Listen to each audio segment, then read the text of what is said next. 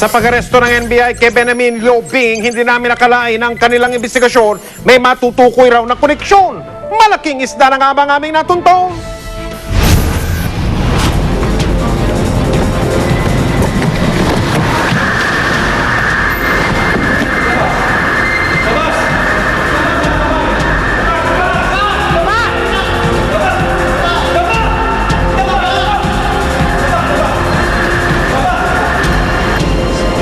Bigatin daw ang isa pang sospek na nalambat ng NBI.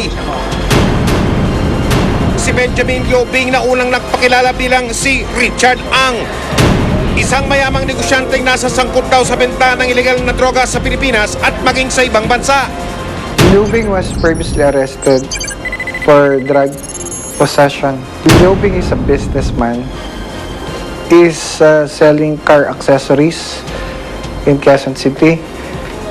And is also a target. Target din siya ng PDEA. Hindi siya kasama sa original na transaksyon ng mga operatiba. Pero dahil huli raw siya sa akto ng pagbebenta ng cocaine, marami pang nakurirat sa pag-iimbestiga ng NBI. Sa kuha ng closed-circuit television o CCTV camera, makikita sa video ang isa sa mga pasahirong kinilala bilang si Congressman Ronald Singson. Walang anumang bitbit ang kongresista.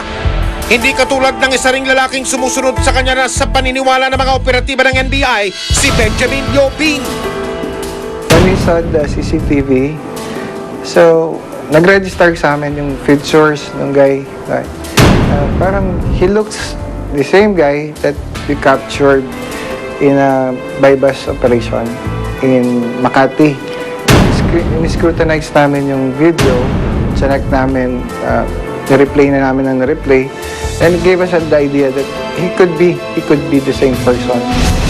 Sa tala ng Bureau of Immigration, sa parehong araw at parehong oras, lulan ng eroplanong lumipad mula Pilipinas papuntang Hong Kong si Singson at si Lobing.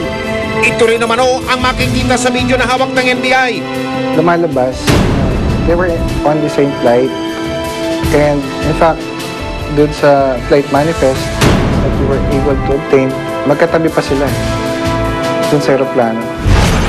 Kung matatandaan, nasa kote ang kinatawan ng Ilocos Sur dahil nakitaan siya ng kontrabandong cocaine. Kasalukuyan at dinidinig ang kanyang kaso sa korte sa Hong Kong. Si Lobing naman ang nakabalik Pinas, eto't cocaine din ang dahilan ng matinding sakit ng ulo. Parang sounds familiar ba? Kayo na ang humusga. Sa cellphone ng suspect na si Lobing, hindi raw katakatakang tungpal niya si Congressman. Sinubukan namin kapanayamin si Benjamin Lobing pero tumanggi siyang magbigay ng payag. Pero kasamahan niyo po yung kasamahan niyo po kanina yung naka-expedition? Dahil sa di umano'y ugnayan ni Lobing sa kongresista, kagad namin kinuha ang payag ng kampo ni Congressman Ronald Singson na kasalukuyang nasa Hong Kong dahil sa dinidinig niyang kaso. Ang kanyang ama na si Chavit ang nagpaunlak sa akin sa panayam. Nilinaw niya sa akin na hindi niya personal na kakilala si Benjamin Lobing. Hindi kami pinakilalang personal pero nakikita ko sa mga kasyong humingiti. Pero hindi ko kinakausap dahil ino-observahan ko nga eh. Masama raw talaga ang loob niya dahil sa pag-set up na ginawa sa kanyang anak. Definitely, I'm dead sure, biktima lang yung anak ko dyan. Walang alam sa mga ginagawa yung mga taong yan. Hindi papasok yung unang-una, maganda ng buhay ang aking anak. Hindi siya papasok sa mga ganyang kaguluhan. Na biktima lang siya. Sa galit ng nakatatandang Singson, may mga nabitawan pa siyang salita. Baka hindi lang namin uhuli niya pag nakumpirma lang namin. Pero nagpasalamat siya sa mga operatiba na nakahuli kay Lobing. Nagpapasalamat po ako sa NBI, congratulations sa NBI. Saan po, mahuli lahat yung mga kagaya niyan. Malaking tulong po sa society natin na mahuli yung mga taong ganyan. Nabingwit din ng mga operatiba ng NBI ang dalagang si May na aminadong maraming alam na impormasyon tungkol sa mga malalaking pangalang maaring sangkot din sa paggamit ng cocaine. Itinuturing kasing rich man's drug o droga ng mayayaman ang cocaine dahil sa napakataas na halaga kumpara sa ibang droga. Kaya ang mga nalulong sa bisyong ito, yun daw mga may kaya, kabilang daw ang ilang artista. Marami kami mga artistang party.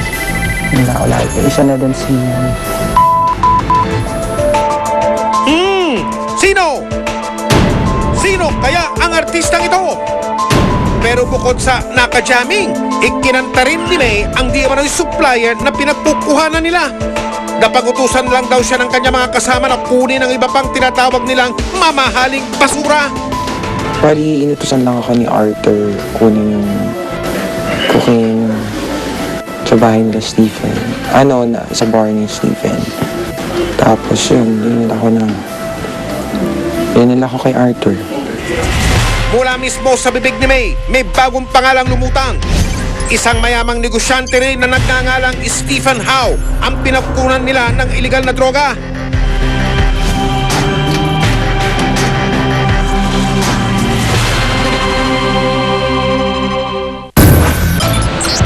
Susunod, masiglang gimikan tambayan daw ng mga high na high. Basta ako pumaparty lang din to, nakaparty na ako sa bar niya.